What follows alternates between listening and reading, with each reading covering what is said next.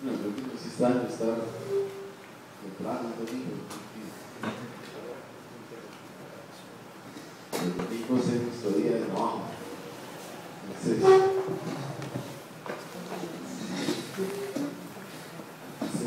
desde septiembre del año pasado estamos teniendo en nuestra iglesia una reunión a las 7 de la mañana. Hoy más o menos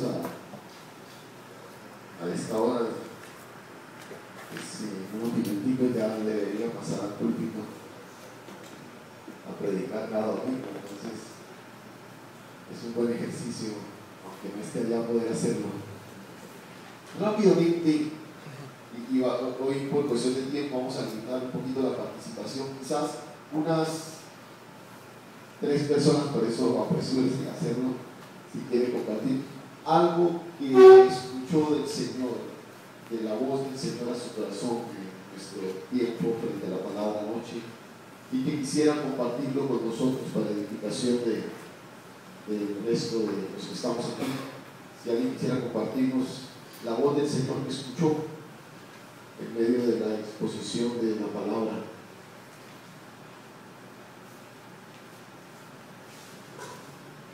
Podemos caer en el juego de los burladores, de la actitud de apatía, de ignorancia, esta verdad, la segunda vida, o sea, al final caemos en mucho eso. Nuestra apatía no nos hace diferentes a esos burladores que Pedro condenó en forma tan tajante, ¿no?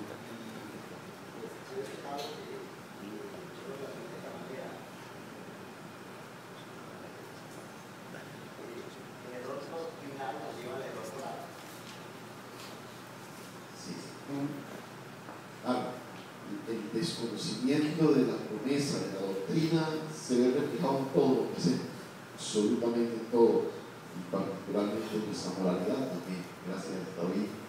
¿Alguien más quiere compartirnos? La reflexión que deja también el moderador, que somos una iglesia de extremos. Hace unos 20 a 30 años se predicaba demasiado la segunda venida de Cristo. Diría yo en sexto, o sea, el único mensaje que hoy no existe. Entonces nos estamos diciendo que hay que tener en cuenta cada detalle de lo que Dios está diciendo, que permanezca vigente. Esto que tú mencionas es uno de los grandes desafíos, porque estamos llamados a compartir la totalidad de la Escritura. Y qué rico de vez en cuando poder sentarnos y como decir, bueno, voy a revisar lo que prediqué este último año. No sé si tenemos esa disciplina de coger y revisar, bueno, ¿qué prediqué este último año? ¿Dónde estuvo? Que a veces nosotros mismos en nuestra predicación hacemos unos énfasis muy particulares, y esto de los lemas del año, entonces uno termina predicando casi todo el tiempo sobre eso y desconociendo. Entonces esa es una buena forma de evaluar un poquito, porque el llamado que tenemos es darle a la congregación la totalidad de la verdad revelada, pero a veces caemos en extremos, ¿no? Y la iglesia particularmente abraza extremos radicales, ¿no? Y momentos en que ciertas doctrinas se convierten en el eje de la iglesia y no se habla de otra cosa y solo se martilla sobre eso. Y no, otra vez, no porque esté bien o mal, sino que estamos desconociendo, dándole la espalda al otro. Y sobre todo tratándose de cosas tan esenciales para la vida de la iglesia como esta. Entonces, gracias por esa observación, que aquí y acá. Y ya. Richard. Bueno, vamos a andar Richard la última. 1, 2, 3, ya. Nadie más. El ejercicio que hicimos con el hermano Carlucci en Corintios, el Señor me inquietaba con respecto a la parte del anuncio de su segunda venida, y me impactó mucho que el compartir usted en la noche fuera exactamente ese, porque yo venía y de hecho pues me quedé con inquietud de preguntarle en el momento en que estábamos hablando con el hermano Carlucci, porque Pablo dentro de los primeros 4 capítulos de Corintio, en uno de sus apartes dice, hermano, no busquen nada, porque es que Jesucristo viene ahorita y él va a encargarse de traer toda la verdad. Y me llamaba la atención que Pablo ahí está viendo la venida de Jesucristo como un evento muy cercano.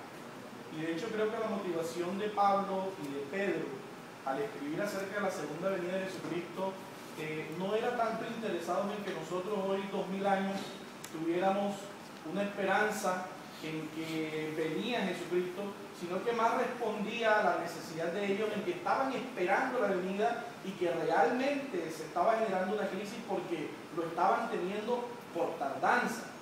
Entonces, en función de eso, yo creo, hermano, y fue lo que sentí, en que es cierto que hay que retomar la predicación de la segunda venida de Jesucristo como parte importante de lo que se enseña en la iglesia, pero partiendo de lo que también hemos aprendido aquí, es decir, finalmente lo que Dios quiere a través de nosotros es que anunciemos la realización del propósito de Él en los tiempos de Él. Es decir, de que nosotros también tenemos que estar conscientes que si bien tenemos que predicar la segunda venida de Jesucristo, hay un factor en esa variable de tantos temas que se puede manejar que nosotros no manejamos, y es que el cumplimiento de ninguna manera depende de lo que nosotros prediquemos. Es decir, Pablo y Pedro hablaron de la segunda venida de Jesucristo, pero no se dio en el tiempo en el que ellos estaban esperando el que se diera.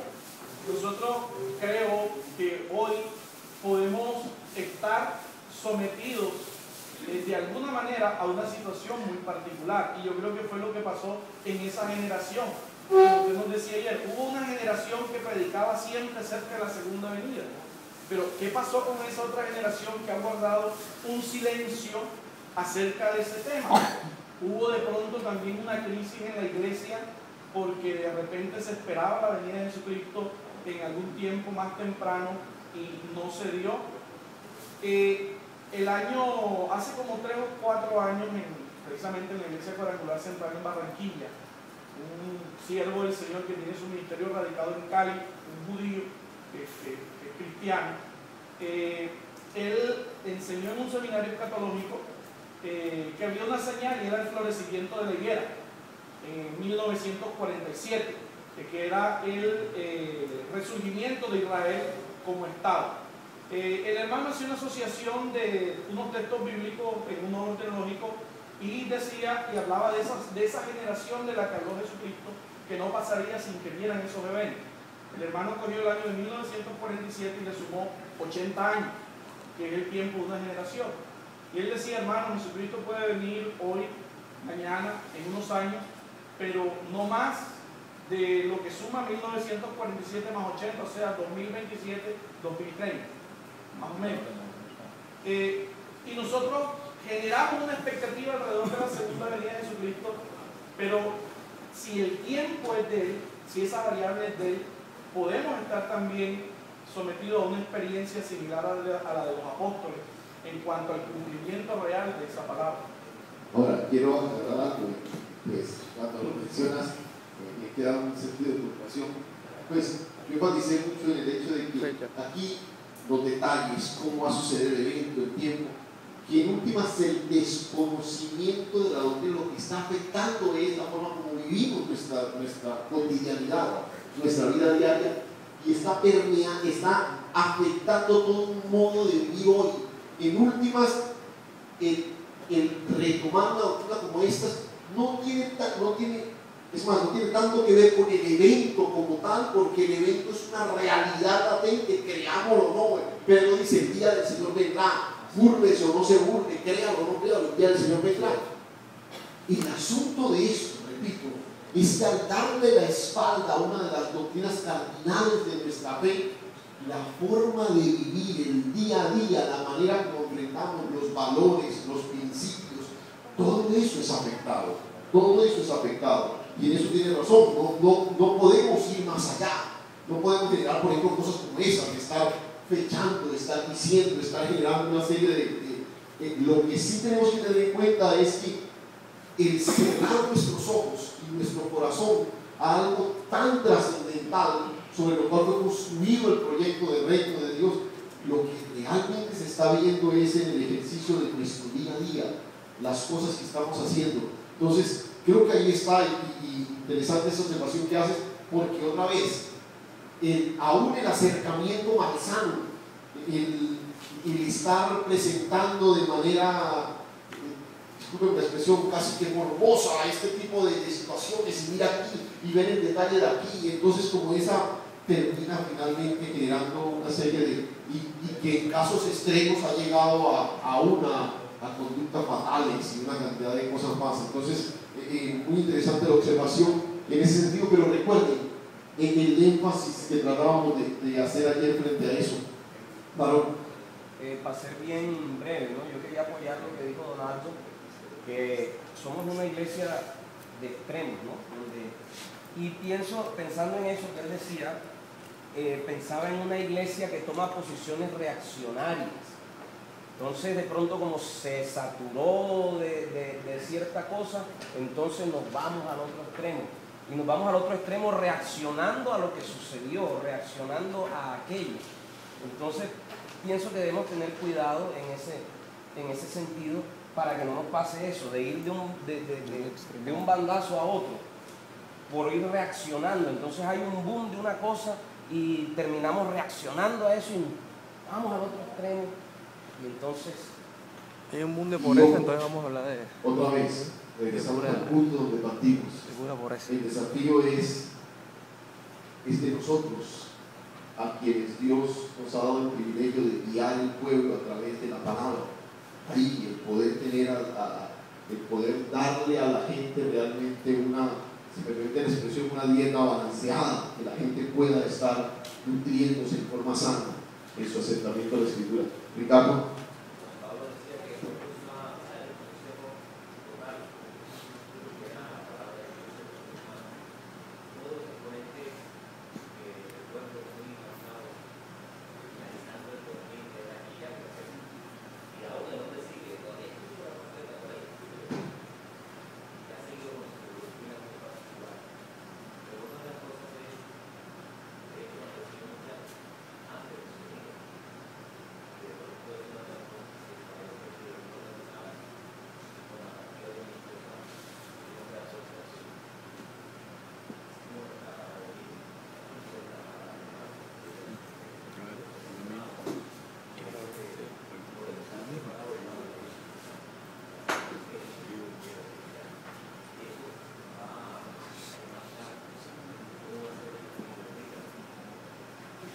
Claro, y fíjate nomás en ese ejemplo en particular, el hecho de saberlo, el hecho de tener esto en mi mente, de saber que yo estoy a la espera de su inminente regreso, me ayuda a manejar este asunto de las relaciones, por ejemplo.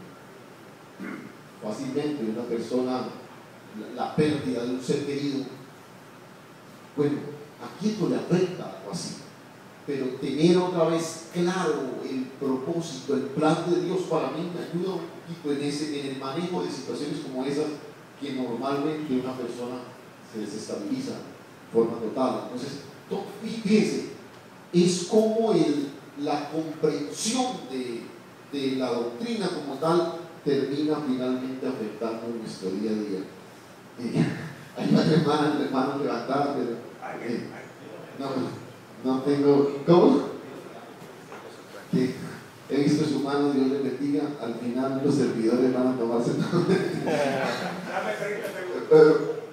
30, no, pero entonces voy a darle aquí 30 y 20 a ti. 30 segundos tiene usted. Dos detalles, anoche, cuando dice siempre está vigente, lo que esta generación está desconociendo es la venida y el juicio respecto a la expresión de Dios. Es que hacemos parte de la generación que amamos la venida del Señor, pero si no colocamos la posta en manos de nuestros hijos, se pierde. Somos responsables de transmitir nuestros valores a la generación que sigue. Y lo otro que me llamó la atención, que también es parte de esto, es Maranatha, Cristo viene. Era algo que antes teníamos, pero que en la generación actual no lo están haciendo porque no se lo estamos transmitiendo. Entonces la parte clave es transmitir nuestros valores cristianos a la siguiente generación, porque si ellos no saben, se pierde. Pero mira, es la transmisión de valores con base en lo que resulta el fundamento de nuestra fe. Una cosa que resultó muy interesante, compartía con la congregación esto, de cómo empezar a encarnar valores que finalmente no se distinguen con la sociedad, sino con el reino. Y me puse a compartir varios de ellos, y en un momento les dije, por ejemplo, algo que me impactó mucho, de un desafío que Jorge nos hacía hace unos años atrás. Yo les decía, por ejemplo, ¿por qué no encarnar el valor de vivir con menos? Es impresionante el silencio sepulcral que hubo en la congregación. ¿Y por qué no pensar en encarnar el valor? Porque ese es un valor del reino, no de la sociedad. La sociedad nos diseña para tener, y educamos a nuestros hijos para tener, para que consigan, para que logren, para que alcancen. Yo les decía, ¿por qué no pensar, por ejemplo, en la idea de vivir con menos? Pero vuelvo y repito, el silencio fue total, porque como que nadie esperaba una cosa de esas. O sea, bueno, sí, el valor de amar a los demás, de ser, pero estamos hablando de valores que tienen que ver con nuestra identificación con el reino de los cielos. Pero es por eso, esos valores, ¿dónde se siembran? Ahí tenemos que pasarlos a las nuevas generaciones. Es que ellos vivan esa realidad de que finalmente la mejor forma de desarrollar la vida es viviendo para agradar el corazón de Dios. Que ellos se levanten con esa mentalidad, yo vivo para agradar el corazón de Dios. Y eso implica lógicamente que todo mi sistema de valores tiene que ser rediseñado desde la perspectiva del reino, no de la sociedad. Los valores de la iglesia lastimosamente han sido permeados por la sociedad y no necesariamente por los valores del reino. 30 segundos de... Sí, lo que quería adicionar es lo siguiente. O sea, desde hace unos 30 o 40 años para acá se viene presentando en la iglesia moda mensajes que se vuelven, digamos, populares en un tiempo. Y entonces son olas que vienen y no, el mensaje de moda hoy es pasa, una tendencia, pasa y arranca otro o sale un libro de alguien y nos marca agenda, o alguien inventó algo y nos marca agenda, y nos pasamos de un movimiento en otro movimiento, dejando de lado el mensaje de la Escritura. Claro, y no es algo de los últimos años, digamos que es algo de la historia de la iglesia, casi en general. Solo que hoy, exacto, solo que ahora con más énfasis se ve ese tipo de cosas, porque por el asunto de la globalización, nosotros estamos afectados por el asunto de la globalización. Entonces, algo que se impone en alguna parte, lo que alguien ha llamado la patronalización del evangelio, entonces algo que se impone en alguna parte termina siendo abrazado por todo el resto de... Una pregunta, 5 segundos, una pregunta. Escuchen, ustedes alteran el orden. 5 segundos, Walter, no me demoro más 5 segundos. Bueno, 5, ya le hubiera hecho la 5 segundos, a ver. Pastor, si la invitación es hablar de la segunda venida de Jesucristo como parte de la enseñanza desde el púlpito, ¿no sería más pertinente, pregunto, enseñar acerca del arrebatamiento de la iglesia, que es un evento en el calendario escatológico que está primero que la segunda venida de Jesucristo? Ya en este caso en particular, tú te estás metiendo en un tema que doctrinalmente nos puede dividir, ¿cierto? Sí, porque eso no está Entonces, establecido. otra vez, escúchame eso. Al margen de tu acercamiento a la escritura, ¿sí? Incluye la idea del arrebatamiento de la iglesia, tu acercamiento, digamos, tu mapa escatológico incluye el arrebatamiento, ¿no? Porque para todos es conocido que hay algunas expresiones de fe que no, digamos que su lectura del mapa escatológico es diferente, ¿sí? Y otra vez, no hay problema con eso, ¿cierto?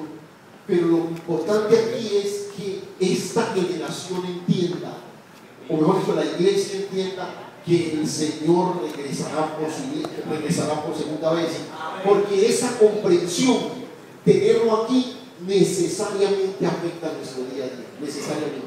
Y sí, hay que incluirlo. Vuelvo y digo, cualquiera que sea la posición, hay que incluirlo allí. Entonces, ahora sí, hermanos, aquí y Henry acabamos ya. Si alguien levanta la mano, lo saltamos. Igor, moldea tú. Sí, por eso vamos a ir rapidito. Anoche el Señor me habló de la importancia de rescatar la expectativa de lo eterno. Eso es lo que digo. Gracias, pastor. Y en esa dinámica estamos. ¿Qué nos habló el Señor? ¿Cierto? Gracias. Rescatar la dinámica del eterno. Henry.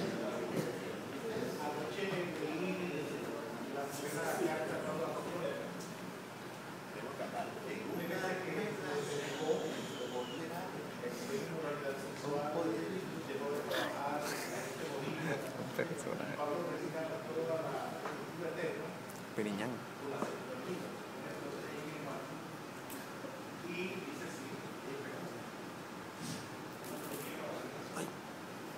Y lo que puede influir en la vida de la iglesia, el recordar esta expectativa, el vivir con esta expectativa, termina siendo muy significativo. Dos cositas antes de empezar con el texto de para hoy.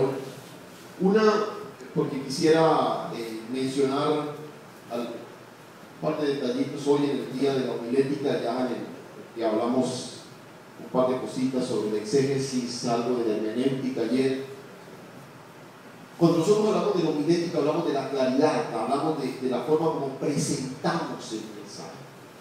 Y yo les mencionaba, o he mencionado siempre el hecho de que el resultado del exégesis es el regalo de Dios para nosotros a través del autor original. El resultado de nuestro trabajo exegético es el regalo de Dios a través del autor original para nosotros hoy. Pero el diseño homilético es el regalo de amor nuestro a la congregación. ¿Cómo le comparto a la congregación aquello que recibí de parte del Señor? Por eso nuestros diseños homiléticos deben tratar de reflejar eso, el amor que tenemos por un auditorio que necesita escuchar un mensaje de la forma más clara posible. Y esto me ha impactado bastante, porque no soy muy bueno para eso. Y he tenido que muchas veces, después de sacar aparte mi bosquejo homilético y decir, sin las explicaciones que voy a dar, si en manos de alguien cae este bosquejo homilético, tendría más o menos idea de lo que quiero exponer. Y a veces me he encontrado con la sorpresa de que no tiene la más mínima coherencia. Y yo tengo que volver a escribirlo. Y recordaba una entrevista que coincidencialmente en una ocasión vi por televisión a un cantante que él mencionaba que una vez en el chat se encontró con algunas admiradoras que empezaron a decirle cosas como no, hasta obscenas y todo lo demás. Entonces en un momento él las interrumpe y les dice, ¿por qué no me dices eso mismo de otra forma?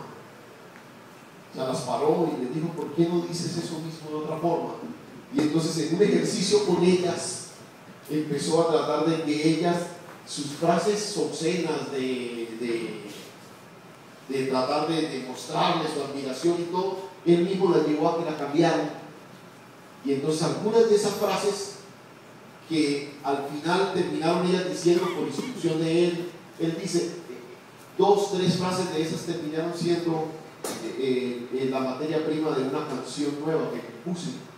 Y entonces, pero esa frase que él le mencionó ayer, ¿por qué no lo dicen de otra forma?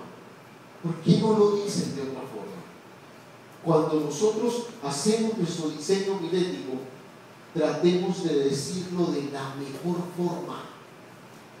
Cuando uno ve que uno de estos cantantes populares, y voy a citar un caso en particular, puede componer una canción al periodo menstrual de la mujer, puede cantar una canción hablando del periodo menstrual de la mujer, y una canción que termina siendo bonita y que termina siendo cantada por todo el mundo, de algo que uno no se sentaría a hablar con nadie, pues, sí, pero es la capacidad de coger cualquier tema y exponerlo, decirlo de una forma que suena agradable. Ahora, ¿qué tenemos nosotros? El más precioso de los tesoros. Tratemos en nuestros diseños homiléticos de decirlo de tal manera que suene agradable, que suene lindo, que suene, que corresponda a lo que decimos a la belleza, a la grandeza de lo que nos ha sido confiado. Recuerda, nuestro diseño homilético es nuestro regalo de amor a la congregación, al auditorio que nos escucha, porque eso es lo que ellos se llevarán a casa. Todo lo que tú descubriste en la exégesis, todos aquellos elementos que viste en medio del transitar hermenéutico, ellos no los van a tener. Solamente aquello que tú les compartes en el diseño homilético. ¿Cómo se los digo de la mejor forma? Después de que lo termines de escribir, queda terminándolo como me ha pasado muchas veces, dice, Dios mío, ¿cómo lo digo de una mejor manera para que suene agradable y la gente pueda recordarlo con más facilidad y que la gente tenga de alguna manera? Invéntate algunos truquitos para que la gente lo recuerde. Si hablamos de una bendición espiritual, de una selección unilateral, de un perdón incondicional, de una herencia sin igual y de una garantía personal, ahí probablemente hay algunos pequeños detallitos para que la gente fácilmente recuerde. Estamos hablando de 5 cosas, ¿cierto? Difícil de recordar 5 cosas, pero a través de una forma que suena como en forma de verso, quizás. Esas pequeñas cositas nos ayudan a recordar y es nuestro regalo de amor a la congregación cuando nos vemos. No olviden eso, por favor. Muy bien. Entonces, ahora sí, vamos rápidamente a nuestro texto. Cierto, solo un momento allí. Padre, gracias por esfuerzos tan hermosos de ministerios como el Ángel, que invierten en lo esencial. Gracias. Gracias por la oportunidad que nos das de sacar en medio de nuestras agendas tiempo para repasar lo que es esencial, Señor. Entre todas las cosas que hacemos como pastores, nada resulta tan relevante como la exposición de la palabra. Ayúdanos a ser fieles. Ayúdanos, Señor, a no ceder entre las demandas cada vez más presionantes a nuestro alrededor. Y en la recta final ya de nuestro encuentro, háblanos, Señor. Háblanos, Padre, en el nombre de Jesús. Pensaba al escribir esta última reflexión y mirar el texto y revisar algunas cosas que deseo dejar rápidamente con ustedes.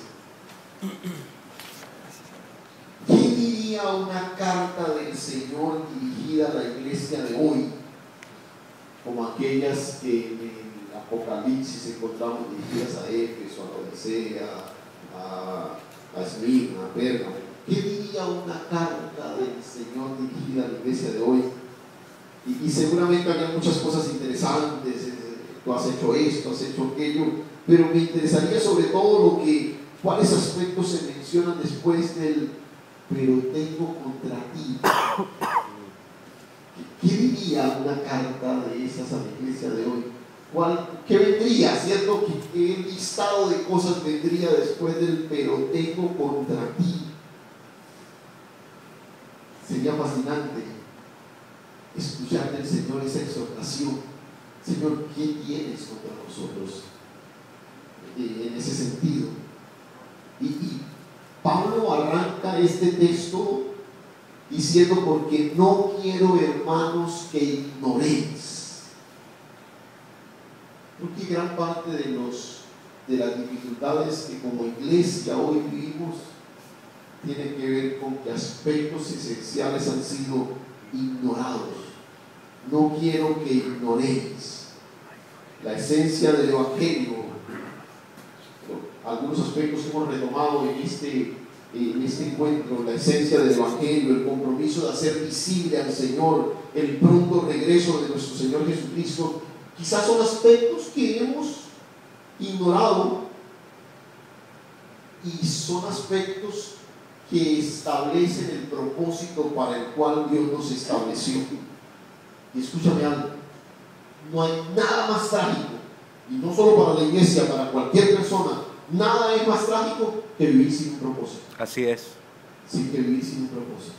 Uno puede vivir sin algunas cosas, uno puede vivir sin algunas pertenencias, uno puede vivir pero vivir sin un propósito es una verdadera tragedia.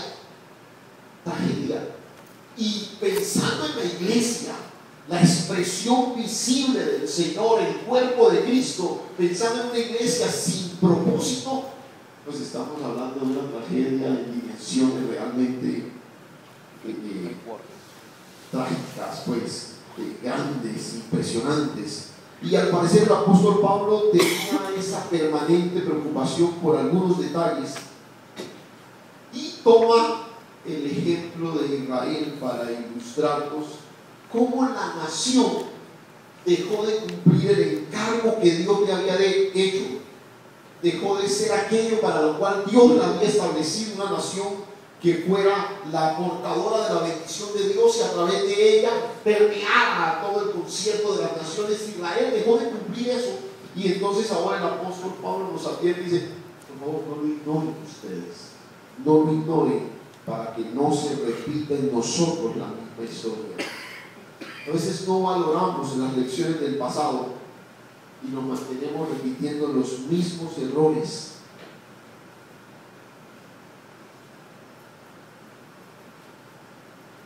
Por ejemplo, desconocemos el testimonio de la historia. Hay ciertas cosas que nos quieren decir hoy, que si eso no se impone en la iglesia de hoy, la iglesia no va a poder seguir adelante. ¿Cómo ha hecho 2000 años sin eso para seguir adelante? Que sencillamente desconocemos el testimonio de la historia y con una serie de premisas fantasiosas queremos imponer algunas cosas. Yo creo que hay un aspecto que lo que tiene que ver con nosotros como ministros quiero resaltar. Lo que tú y yo tenemos, el llamado que hemos recibido del Señor, ha sido exclusivamente por gracia. Amén. Amén. Lo hemos recibido por gracia. Hemos hablado de eso incluso en las charlas anteriores. Nuestra competencia no es por ser competentes, es porque Dios por su gracia nos... Pero es interesante que hay un aspecto que sí el apóstol menciona, y es que la aprobación es algo que yo debo procurar. Yo debo procurar. Procura con diligencia presentarte a Dios aprobado, ¿no? El ministerio, el llamado es algo que he recibido por gracia, pero la aprobación de mi ministerio, de lo que yo hago para el Señor, es algo que debo procurar. Mis actos, mi trabajo, mi dedicación, mi entrega, pero sobre todo mi fidelidad. Mi fidelidad. Todo ministro debe procurar ser hallado fiel.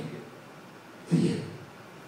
Y teniendo esa realidad en mente, Pablo, porque viene tratando, él hace viene tratando el tema de los sacrificados a los ídolos. Luego en el capítulo 9 hace una presentación otra vez de él, de su ministerio, de aquellas cosas que él menciona, que lucha, se abstiene de ello para recibir la corona incorruptible y todo lo demás. Y con esto en mente entra ahora al capítulo 10 para traernos a memoria una historia que parece que su auditorio conoce. No quiero que ignoréis, que vuestros padres, y comienza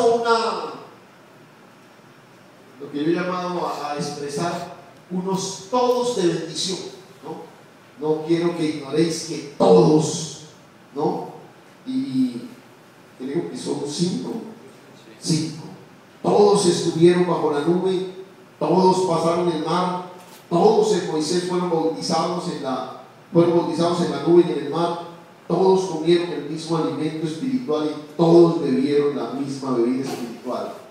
Esos todos de bendición, muy linda la pedagogía que usa el apóstol. Primero nos habla de esa parte, no se les olvide que todos hemos disfrutado de esa expresión de la bendición de Dios, y habla primero de lo bueno, una buena forma de implementar en nuestras exposiciones, Entonces, podríamos tomarnos un tiempo para mirar los alcances de todos esos todos, pero el énfasis ahí del apóstol es que nadie quedó excluido de la expresión de la bendición del Señor. Toda esa generación que salió de Egipto, sobre toda esa generación vino la bendición de Dios. Y de alguna forma, como está cayendo la lección del pasado para que la observemos nosotros, nos está diciendo, esa es una bendición que está al alcance de todos. Y menciona, todos estuvieron bajo la nube. Hubo un sentido de protección, pero también de dirección, ¿cierto? Todos pasaron el mar, una bendición de libertad. El paso del mar se constituyó en la salida definitiva de la opresión egipcia. Todos en Moisés fueron bautizados en la nube y en el mar. Bueno, la expresión es un poquito más compleja de entender, pero básicamente está hablando de la identificación de la nación con el liderazgo de Moisés.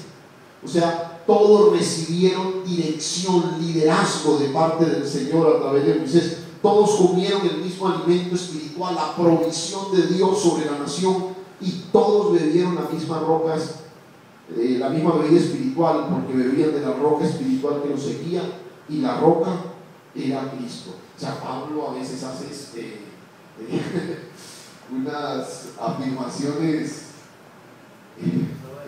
que solo él las puede hacer, porque hacíamos la anotación ayer, creo que fue, estamos frente a revelación, entonces nosotros a veces lo hacemos en forma más folclórica, y decimos, y esto es tal cosa, y le atribuimos significados aquí, pero aquí estamos frente. Es muy interesante, hermano, un paréntesis aquí. Cuando estudiaba el texto, me encontré con algo que tengo que confesar, no lo sabía, y es que hay una leyenda entre el pueblo judío. Recuerdan que la experiencia del agua en la roca, el agua de la roca, fue al inicio de la peregrinación y se volvió a repetir al final de la peregrinación. Entonces hay una leyenda que el pueblo iba caminando y la roca iba detrás de ellos, la roca que tenía el agua, como la de la llave, ¿cierto? Y esta es una leyenda popular, una especie de mito popular entre los judíos. No conocía de eso, y ahí se menciona a algunas personas que por algún tiempo entonces, incluso hay una observación sobre esto, si Pablo se está refiriendo a la leyenda, ¿cierto? Pero lo que Pablo está haciendo aquí en forma de un salto hermenéutico radical, dice, y la roca era Cristo, la roca era Cristo, hablando precisamente de esa protección del Señor, la presencia de Dios ahí en medio de él. Todos, lo que está mostrando, lo que le está diciendo Pablo a su auditor original allí, los primeros receptores de este mensaje es, ojo, todos, sin excepción alguna, disfrutaron de la expresión amorosa de Dios sobre ellos, de la bendición de Dios sobre ellos. Eso es algo que Dios ha puesto sobre todos nosotros, ese sentido, repito, de protección, de provisión, de liderazgo, de libertad, de dirección. Todo eso nos lo ha dado el Señor a todos, ¿cierto? Pero en el verso 6 hace un puente de la presentación de las bendiciones y la exhortación que viene a continuación, con la expresión: mas estas cosas sucedieron como ejemplo para nosotros. Pablo no está inventando una historia alegórica, él está trayendo frente a nosotros una serie de sucesos reales. Él está contando una historia que la nación conocía y que nosotros no debemos olvidar. Todos fueron objeto de la bendición de Dios. Todos fueron cubiertos con esa expresión del amor y de la gracia de Dios. Pero hay una parte en el texto que es muy impactante. Ahí en el versículo 6, mas estas cosas sucedieron como ejemplo para nosotros. Al final del verso 5, por lo cual quedaron, pero de los más de ellos no se agradó Dios. De los más de ellos no se agradó Dios. Por lo cual quedaron postrados en el desierto. Esta es una historia donde, aunque la bendición los cubrió a todos,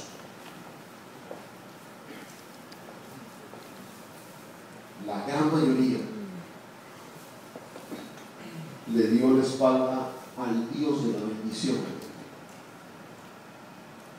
Esta es una historia donde es una minoría muy diminuta la que rescata para la nación la continuidad del propósito de Dios.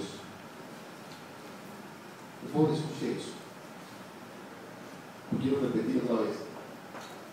Esta es una historia en la que una minoría bien pequeña rescata para la nación el cumplimiento del propósito de Dios. Todos lo vieron, todos lo recibieron. Y aquí se menciona, así como, no sé si es algo que intencionalmente el apóstol hace así, pero así como menciona 5 expresiones de la bendición de Dios en los todos, menciona después 5 pecados que llevaron a la nación a desviarse del propósito.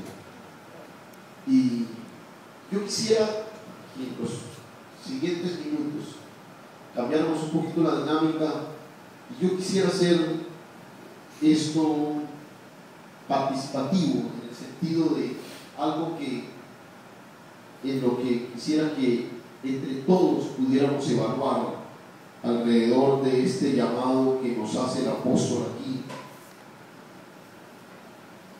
Mientras estaba allí sentado, y quiero hacer la aclaración porque no quiero que quede esa sensación en el ambiente. Yo amo profundamente la iglesia.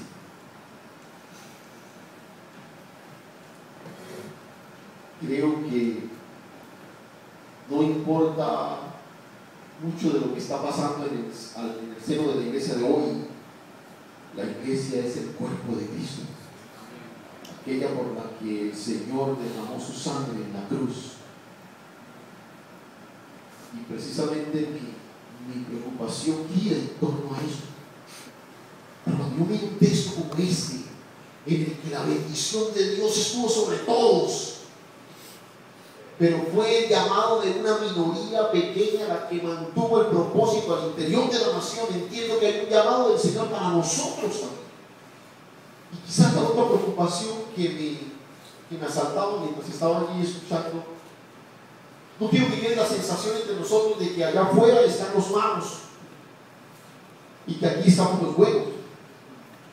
Porque es que el que quiere estar firme, ojo, no es que nosotros necesitamos permanentemente estar en ese proceso de evaluación para no ignorar. No quiero que ignoréis.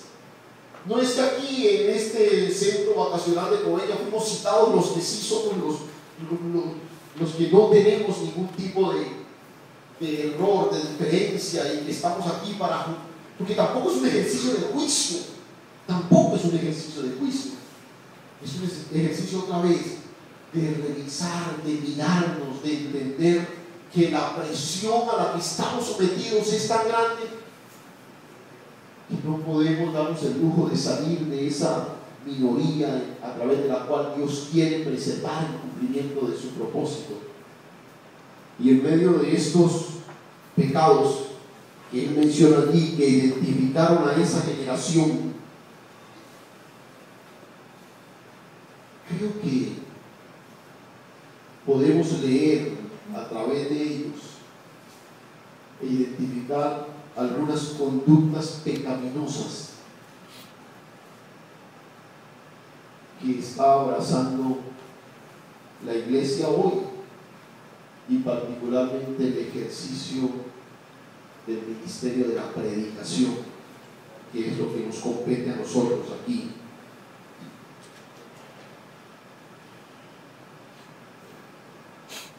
¿Cómo se están dando hoy en medio de nosotros estas conductas pecaminosas? Y él menciona allí, la primera de ellas que menciona, dice: estas cosas sucedieron como ejemplo para nosotros, para que no codiciemos cosas malas como ellos codiciaron. No codiciemos cosas malas como ellos codiciaron. Ese deseo ilegítimo por objetos, por cosas, el uso significativo de codiciar también expresa el deseo ilegítimo por algo que no nos pertenece. Pero la pregunta para nosotros hoy sería: ¿cómo se ha manifestado en medio de nosotros?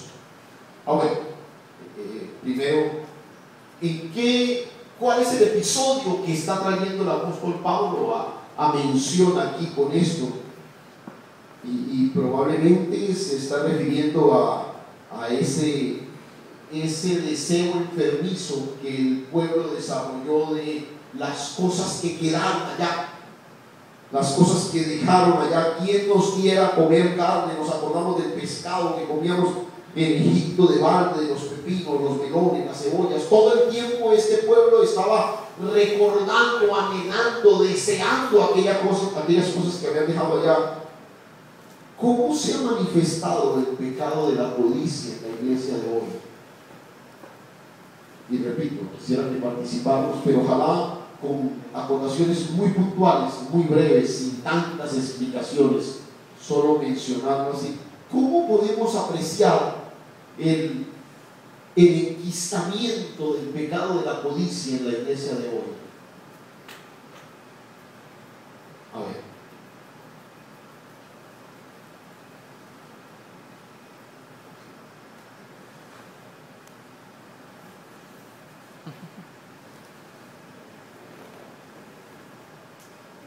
La búsqueda del éxito, por ejemplo. Hay una fascinación por el éxito, un deseo enfermizo por el éxito, que otra vez, no importa ser fieles, importa tener éxito. Importa tener éxito. En este caso, los medios terminan justificando el fin. Entonces, si lo que hay que tener es éxito, no importa. Esta es una... ¿De qué otra forma podemos apreciar la presencia de este pecado en la iglesia de hoy? El poder, la posición, el poder. Esto era algo propio de la sociedad. pero hay todo un anhelo por el poder en medio de muchas de las expresiones que se dan hoy en medio de la iglesia, de